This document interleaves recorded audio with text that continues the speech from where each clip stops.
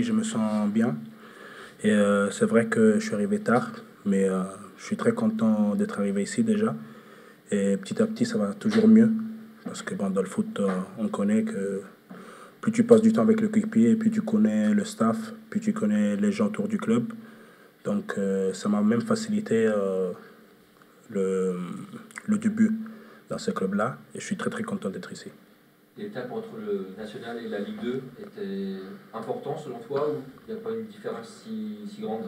Oui, oui, il y a une différence quand même au niveau technique. Il y a plus de joueurs techniques, il y a plus de qualité, mais aussi la nationale, c'est un championnat difficile, très très physique.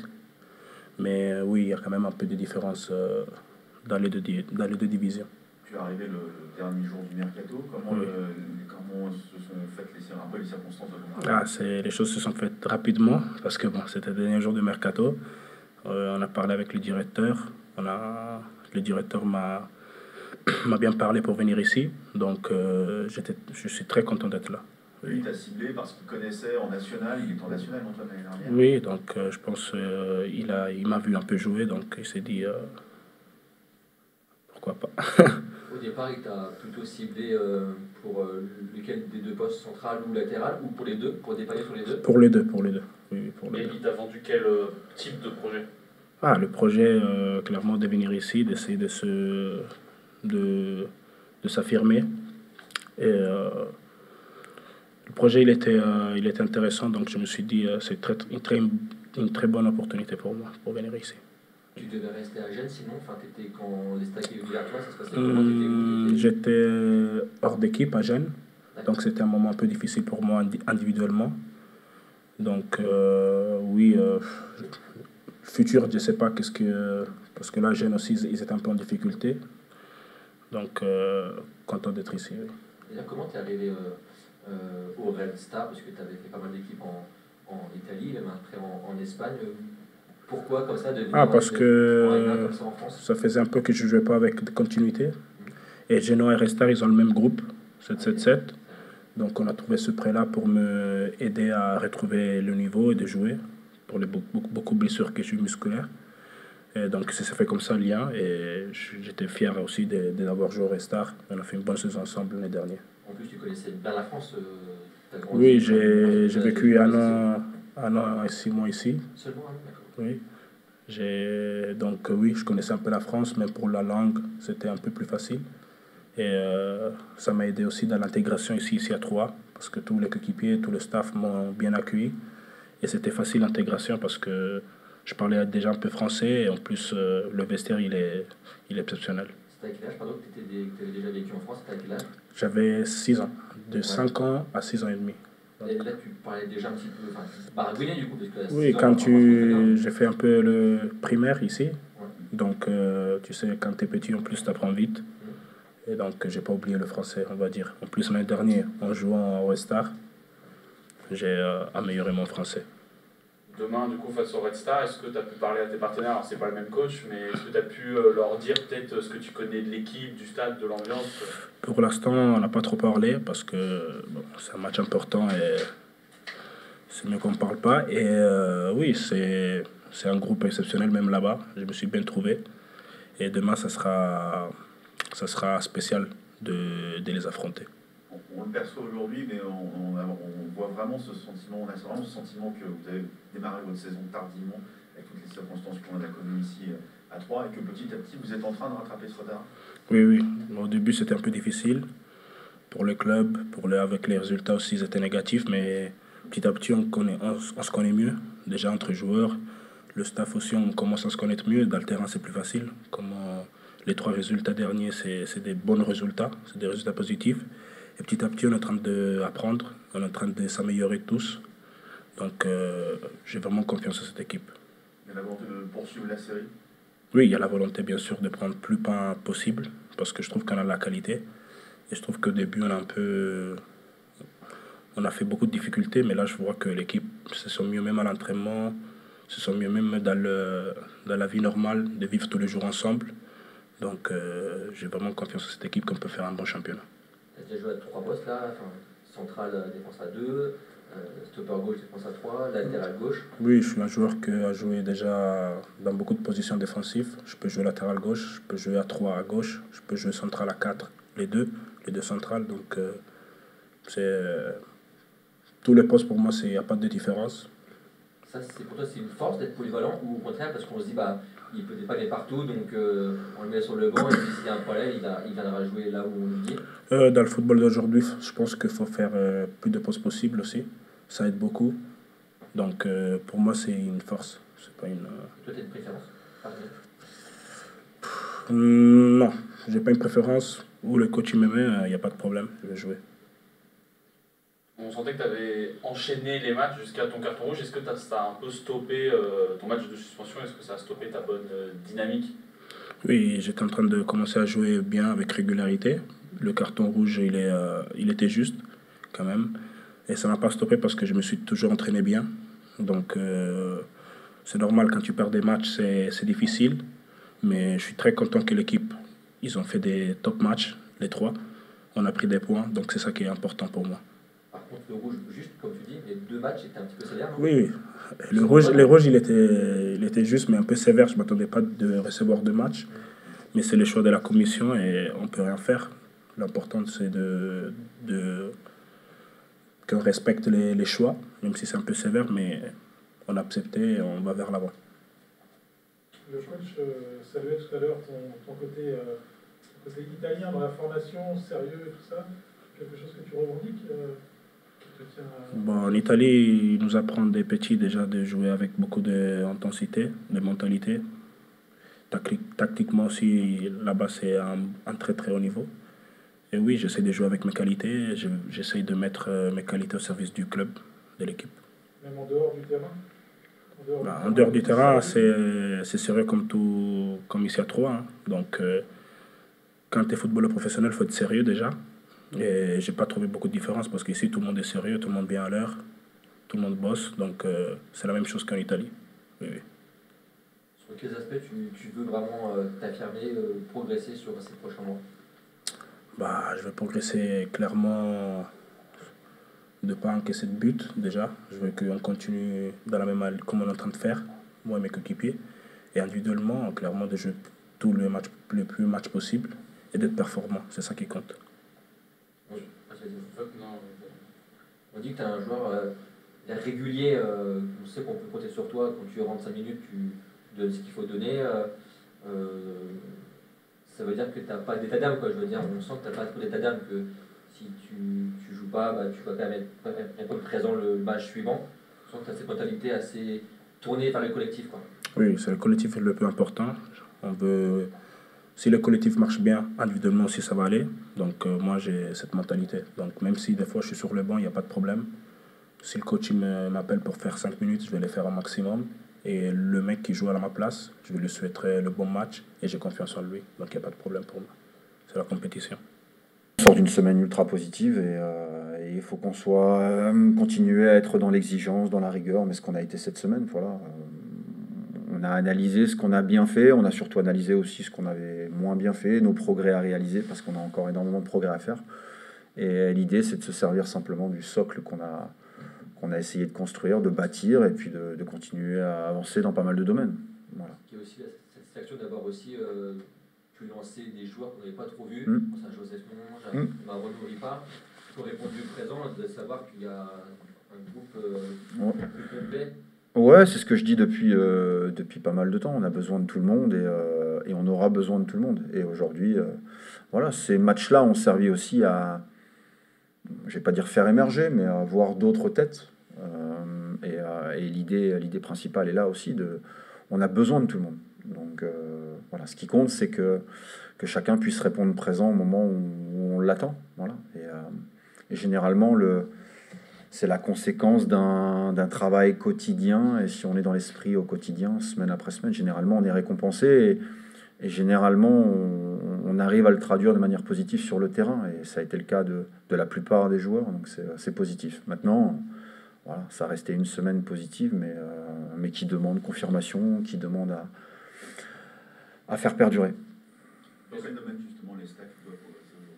Bon, on a beaucoup de progrès à faire. On a beaucoup de progrès à faire. On a évolué dans la structure, on a évolué dans notre organisation, dans la capacité à aussi se découvrir et à aller chercher des complémentarités, les points forts de chacun.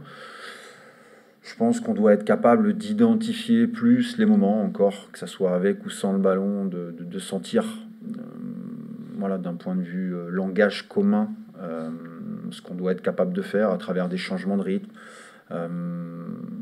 Voilà, quand être plus calme, quand changer de rythme, quand attaquer la profondeur. Voilà, de la même manière que dans l'organisation de la pression, quand déclencher. Voilà, je pense qu'on doit identifier encore plus de manière commune certains mouvements avec ou sans le ballon, mais je pense que c'est un peu toutes les équipes. Donc non, on avance de manière générale, on se construit. Est-ce qu'il y a une importance que vous apportez au classement, le fait de grappiller des classes chaque semaine, ou c'est secondaire pour vous pour l'instant? Non, on y attache de l'importance, même si aujourd'hui on regarde plus les contenus et les progrès que l'équipe voilà, doit accomplir et accomplit. Mais c'est sûr qu'on est des compétiteurs et que forcément les résultats, le classement, les points sont un vecteur indispensable à ce qu'on doit véhiculer au quotidien. Mais je pense que c'est plus la conséquence de ce qu'on met en place et la conséquence de ce qu'on doit réaliser. Et donc forcément on s'attache plus là-dessus. Le fait de jouer justement contre une équipe qui est un peu dans la même situation, mais au-dessus de la ligne de flottaison, c'est quelque chose d'important aussi. C'est important, ça c'est une certitude maintenant dans notre situation, d'où on démarre et bien tardivement. Il n'y a pas d'endroit particulier ou privilégié. Enfin, on a bien vu que quelles que soient les équipes qu'on a rencontrées, du haut ou d'un peu plus bas, il n'y avait pas de vecteur commun. Donc non, on avance simplement en se concentrant sur nous-mêmes et une nouvelle fois en continuant à essayer d'avancer. Vous sentez que le public, les supporters, commence aussi à reprendre confiance? On voit le partage qui est plein du côté de Red Star, même contre le dernier match à domicile, on a senti une meilleure ambiance que les dernières fois. Ouais, je suis d'accord avec vous, mais je pense qu'ils ont des attentes, je pense que les joueurs ont un état d'esprit et essayent de véhiculer des choses qui correspondent aux attentes. Donc tout n'est pas parfait, loin de là. Mais il y a du cœur. On l'a vu contre Metz, on l'a vu contre Pau, on l'a vu... voilà, et le public nous a aidés à essayer de transformer de manière positive ces matchs, et ce match, en l'occurrence, le dernier. Donc de toute façon, c'est une nécessité, je l'ai dit la semaine dernière, pour continuer à avancer. Ouais. Parmi les joueurs qui ont été émergés là, sur les dernières semaines, Paulo, qu'on va voir après vous. Ouais. Pour nous, un peu, là, ça fait une bonne surprise. Là, vous voyez arriver en tout un mercato, un peu en bout de banc, quoi. Voilà. Est-ce que pour vous, vous le découvrez forcément de plus en plus là, mais est-ce que c'est aussi pour vous une bonne surprise? Oui, c'est une bonne surprise. C'est une bonne surprise. Déjà, on avait très vite identifié au-delà de la qualité du joueur, mais le tempérament, l'état d'esprit au quotidien, et on en a juste la confirmation jour après jour. Voilà. Dans la qualité de travail, dans la qualité d'exigence, sur un plan de vue purement humain, dans l'empathie. Et puis oui, il apporte des choses différentes. Voilà, il est capable de jouer plusieurs postes, il est plutôt tonique, voilà, gaucher, et encore une fois, avec l'état d'esprit qui correspond à ce qu'on recherche. Donc oui, une bonne surprise, ça voudrait dire qu'on n'avait pas attendu ça. Donc je ne suis pas sûr que ça soit le bon terme, mais l'idée générale, c'est qu'on est malgré tout content de ce qu'il réalise. C'est un jeune joueur qui découvre aussi, l'année dernière était en national, et voilà, et on continue à le faire émerger au-delà de l'équipe. Et qu'on avait un peu imaginé qu'Ismaël était un petit peu seul avant le mercato. Ouais. On est arrivé tard, Mathis, on l'a vu là, mais il est bon aussi. Pour vous, c'est une alternative. À gauche, ouais, c'est une alternative. C'est quelqu'un qui peut jouer dans l'axe, qui peut jouer à gauche, qui peut jouer dans une défense à 4, dans une défense à 3. Voilà, il a un panel assez important, c'est un jeune joueur, il a encore beaucoup de progrès à effectuer aussi, mais à l'image de pas mal de joueurs, à l'image de l'équipe. Mais par contre, voilà, au-delà de tout ça, il a vraiment un état d'esprit irréprochable. Et c'est ce qui le rend hyper attachant et bien intégré au groupe. J'ai le sentiment qu'il sait ce qu'il peut faire et sait faire, et ce qu'il ne sait pas et ne peut pas faire. Il se facilite un peu la vie en faisant des choses simples. C'est une vraie qualité, ça, de savoir qui on est, et c'est pas le cas de tout le monde, ça c'est sûr. Et Et lui, il le sait, voilà, il connaît ses qualités, il est lucide sur ses axes de progression. Et je pense que comme toute équipe de qualité, il ne s'embarque pas dans des choses qu'il ne sait pas maîtriser. Et c'est une force. Voilà. Et il est aussi conscient des progrès effectués. Et ce qui est surtout intéressant avec lui, c'est qu'il met tout en œuvre au quotidien, la semaine, pour essayer d'avancer. Donc c'est un vrai... ouais, je ne vais pas dire que c'est une image parfaite de ce qui correspond à ce qu'on veut mettre en place. Dernière chose sur lui, pour nous concernant, qu'il apporte cette touche un peu école italienne dans la rigueur du quotidien. Ouais. Voilà, dans la rigueur du quotidien, je viens d'en parler. C'est quelqu'un de très exigeant, quelqu'un qui est très très professionnel. Et donc forcément, quand vous l'avez autour d'un panel de joueurs, de jeunes joueurs, en termes d'exemple, c'est quelque chose d'agréable. Un petit mot de l'infirmerie, est-ce qu'il y a des nouveautés? Ouais, il y a des nouveautés, ouais. Donc Xavier Momo toujours à l'infirmerie. Mehdi, Tarat, Nico de Préville ont repris progressivement cette semaine de manière plutôt aménagée. Par contre, on a perdu Mathis Samedi et Adrien Monfray cette semaine, qui seront indisponibles sur le match et en fonction des examens en début de semaine. On en saura un peu plus sur leur durée d'indisponibilité. On avait l'impression que vous aviez trouvé votre vraie charnière centrale avec 3 matchs sans but pris. C'est un vrai coup dur pour l'équipe, le forfait d'Adrien Monfray. Ouais, la charnière, on l'avait trouvée, elle était même inscrite depuis le début de saison en tout cas, mais c'est sûr que, au regard de ce qu'on a construit depuis un petit moment en termes de structure, d'organisation, voilà, c'est pas très agréable. Ça reste le capitaine de l'équipe aussi, voilà, un joueur d'expérience qui est capable d'encadrer les jeunes joueurs autour de lui aussi, donc forcément c'est des nouvelles pas très agréables, mais une nouvelle fois, je pense que dans la situation où on est, on a toujours des rappels à l'ordre, même quand les périodes sont plutôt correctes. Donc voilà, ça nous laisse toujours sur le qui-vive et la capacité à continuer à trouver des solutions. Et ça rejoint un peu ce qu'on disait en tout début, c'est-à-dire d'être capable de faire appel à tout le monde et que tout le monde a son importance au sein du groupe et au sein de l'équipe. Les deux nouveaux, Mathis Samedi et Adrien Monfray, les deux nouveaux blessés, se sont blessés à l'entraînement ou Ouais, non, à l'entraînement, ils avaient des séquelles du match et à l'entraînement cette semaine, ouais. Et Tierno est apte? Tierno est apte. Est-ce qu'on peut savoir où est-ce qu'ils sont blessés, les deux? Aux ischios. Les deux, les ischios. Et est-ce que Momo, vous aviez dit la dernière fois qu'il devait passer les examens? Ouais, là, le protocole engagé est sans chirurgie. Ouais. Voilà, c'est la première étape. Il a repris la course hier. Et on va voir comment il arrive à progressivement retrouver ses capacités ou pas. La coupe, ça permet aussi de... Il y a la coupe d'une semaine, la coupe de France dans une semaine, même si ça reste une compétition. Mais ouais, on peut imaginer que voilà, vous n'allez pas le relancer là, prendre de risques sur un match de Coupe de France. Non, là, la semaine prochaine, il sera trop juste. Oui, voilà. Ouais, il sera trop juste. Ça laisse le temps. C'est ce que je voulais dire. Ouais, non, il est dans les délais aujourd'hui. Malgré tout, il lui reste encore du chemin avant qu'on puisse imaginer un retour terrain sans la chirurgie. Merci. Un petit mot du Red Star? Ouais. Équipe de qualité qui est, j'allais dire, dans une dynamique un peu similaire à la nôtre, c'est-à-dire qu'ils ont vécu une semaine plutôt positive, même s'ils avaient démarré leur semaine, je crois, en perdant à Dunkerque. Ils viennent de gagner 2 fois d'affilée, dans 2 styles différents. Voilà. Un contre Metz à domicile plutôt différent que celui qu'ils ont mené à Martigues. Voilà, une équipe fraîche, une équipe avec beaucoup d'énergie, donc une équipe agréable du championnat. Voilà, donc on sait à quoi s'attendre.